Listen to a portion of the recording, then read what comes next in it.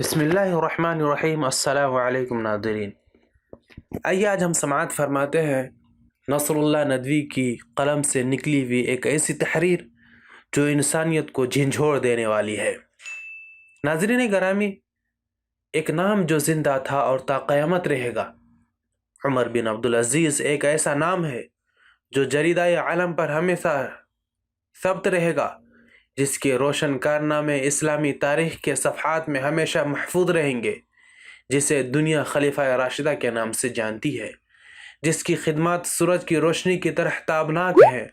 جس کے احسانات سے امت ہمیشہ زیر بحر رہے گی،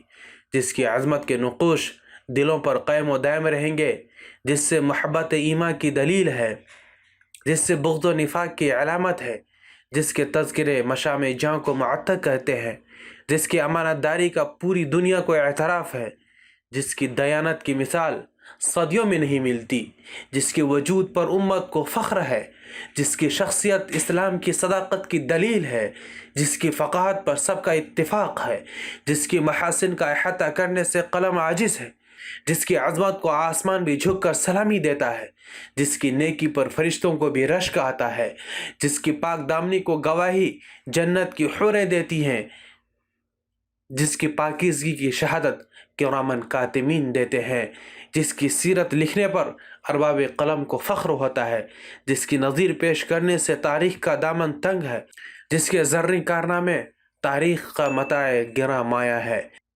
جس نے وجود و سخا کے دریا بہائے، جس نے شاہی میں فقیری کی، جس نے دنیا کے مال و متاع کو کبھی نگاہ اٹھا کر نہیں دیکھا، جس کے زہد و تقوی کی داستاں ارباب اقتدار کے لیے عبرت کا مرقع ہے، جو خوف خدا سے راتوں کو جاگتا تھا، جو دین کا پورا حصہ خلق خدا کی خدمت میں گزارتا تھا، جس کی انصاف پسندی کے چرچے پوری دنیا میں عام ہے، جس کا عدل و کرم صرف انسانوں تک محدود نہیں تھا بلکہ حیوانات بھی اس سے مستفید ہوتے تھے، جس نے سنت نبوی کا احیاء کیا اور تدوین حدیث کے میدان میں تجدیدی کارنامہ انجام دیا، جس نے علم و معرفت کا چشمہ جاری کیا، جس نے حکومت کو اسلامی اصولوں پر استوار کیا، جس نے خلافتوں کو نبوت کے رنگ میں رنگ دیا اور اسے رشد و ہدایت کا مظہر بنا دیا، جس نے پوری زمین کو عدل و انصاف سے بھر دیا، جو سراپا رشد و ہدایت تھا، اسی لیے دنیا اسے خلیفہ راشد کے نام سے یاد کرتی ہے۔ اس سے وہی محبت کرتا ہے جس کے دل میں ایمان ہو، اور آپ سے وہی بغض کرتا ہے جو نفاق کا مجسمہ ہو۔ ایسا ہی ایک بدترین منافق اور ملعون کو دنیا بشار الاسد کے نام سے جانتی ہے۔ یہ وہی بشار الاسد ہے جس کی فوج نے شام کے علاقہ عدلب میں واقع عمر بن عبدالعزیز اور ان کی اہلیہ کی قبر کھودی اور باقیات کو نظر آتش کر دیا۔ یہی نہیں بلکہ سنا ہے کہ اس کو غلاظت سے بھی بھر دیا۔ ظاہر ہے یہ ذلیل حرکت بشار الاسد کے اشارہ بغیر نہیں کی جا سکتی۔ اتنی ذلیل حرکت وہی کر سکتا ہے جس کے رگ و ریشہ میں غلاظت ہو اور جو رذالت و کمینگی کی تمام حدوں کو پار کر چکا ہو۔ تاریخ میں ایسے ذلیل اور رذیل کی مثال بہت کم ملتی ہے۔ جی ہاں، وہی بشار الاسد جو یہودیوں کا پروردہ ذلیل ترین غلام ہے، جس کا خمیر اسلام دشمنی سے تیار ہوا ہے، جس کی فطرت میں غلاظت اور نحوست ہے، جو دنیا کا بدترین ملعون ہے، جس کی رگ رگ میں نفاق ہے، جو اپنی بدبختی کی وجہ سے پوری دنیا کے اہل حق کی نگاہ میں مبغوض ہے،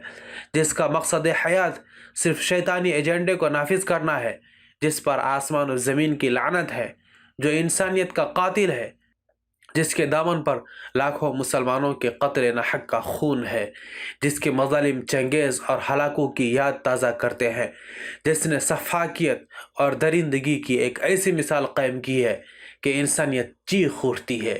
جس کا وجود انسانیت کے لیے باعث عار ہے، جو اپنی شقاوت اور بدبختی کی وجہ سے ابو جہل اور ابو لہب کی صف میں شامل ہے۔